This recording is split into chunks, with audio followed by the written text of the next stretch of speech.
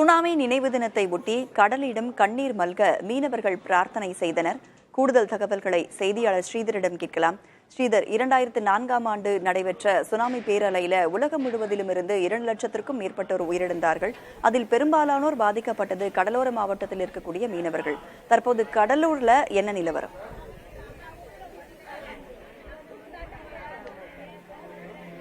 December 26 என்று தேதி வந்தாலே ஒரு அச்சம் நிலவும். குறிப்பாக வங்கக்கடலை ஒட்டியுள்ள இந்த மீனவ கிராமங்கள் அனைத்துமே ஆழிப்பேரலை என்ற பெயரை உச்சரிக்கும் அளவிற்கு அந்த ஆழிப்பேரலை டிசம்பர் 26ஆம் தேதி கடற்கரை ஒட்டியுள்ள மீனவ கிராமங்களை வாரி சுருட்டி விழுங்கியது. இதில் ஆயிரக்கணக்கானவர்கள் தமிழகத்தில் மட்டும் உயிரிழந்தார்கள். குறிப்பாக கடலூர் மாவட்டத்தில் அன்று காலை 600க்கும் மேற்பட்டவர்கள் உயிரிழந்தார்கள். இந்த உயிரிழப்பு ஒட்டுமொத்தமாக கடலூர் மாவட்டத்தை இதுவரை ரணமாகத்தான் வைத்திருக்கிறது. ஒவ்வொரு டிசம்பர் 26ஆம் தேதியும் ஒட்டுமொத்த மீனவ கிராமங்களும் சோகத்தில் ஆழ்ந்துவிடும். காரணம், அந்த அளவுக்கு உயிரிழப்பை இந்த ஆழிப்பேரலை ஏற்படுத்தியது. இதன் காரணமாக 49 மீனவ கிராமத்தை சேர்ந்த மீனவர்கள் யாரும் அன்று மீன்பிடிக்க கடலுக்கு செல்ல மாட்டார்கள். அது மட்டும் இல்லாமல் மீன் விற்பனையும் அன்று பெரும்பாலும் நடைபெறாது. அந்த அளவுக்கு இந்த மீனவ மக்கள் கடுமையான பாதிக்கப்பட்ட தினம்தான் இந்த டிசம்பர் 26.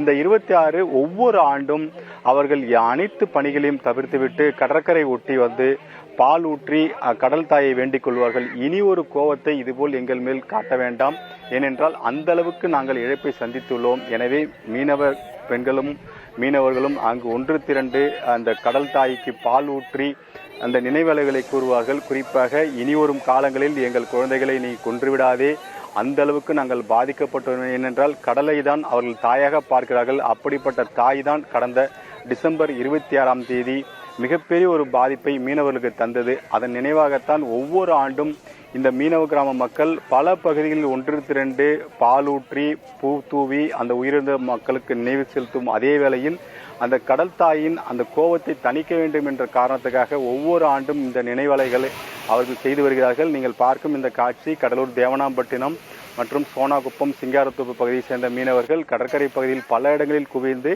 பாலூற்றி அந்த மலர் தூவி உயிரிழந்தவர்களுக்கு நினைவழிஞ்சு செலுத்தும் அதே வேளையில் கடல் தாயை வேண்டிக் கொள்கிறார்கள். இனி ஒரு கோவத்தை இதுபோல் எங்கள் மேல் காட்ட வேண்டாம் என்று தொடர்ந்து அவர்கள் 49 மீனவ கிராமங்களும் சேர்ந்து ஒவ்வொரு இடங்களிலும் இந்த நினைவலைகளை நம்மால் பார்க்க முடிகிறது.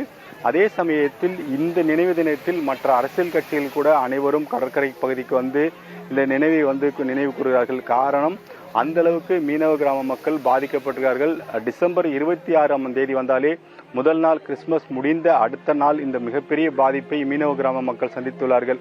அதே சமயத்தில் பல இடங்களில் அரசு அவர்களுக்கு குடியிருப்பு கட்டி கொடுத்துள்ளது. ஆனால் அந்த குடியிருப்புக்கு இது வரைக்கும் பட்டா கிடைக்கவில்லை என்ற ஒரு தகவலையும் நமக்கு தெரிவிக்கிறார்கள். எனவே அரசு இதில் கவனம் செலுத்த வேண்டும் என்று ஒரு வேண்டுகோளும் இருக்கிறது. சுனாமி நினைவு தினத்தை ஒட்டி கடலிடம் கண்ணீர் மல்க மீனவர்கள் பிரார்த்தனை செய்தனர். கூடுதல் தகவல்களை வழங்கியமைக்கு நன்றி ஸ்ரீதர்.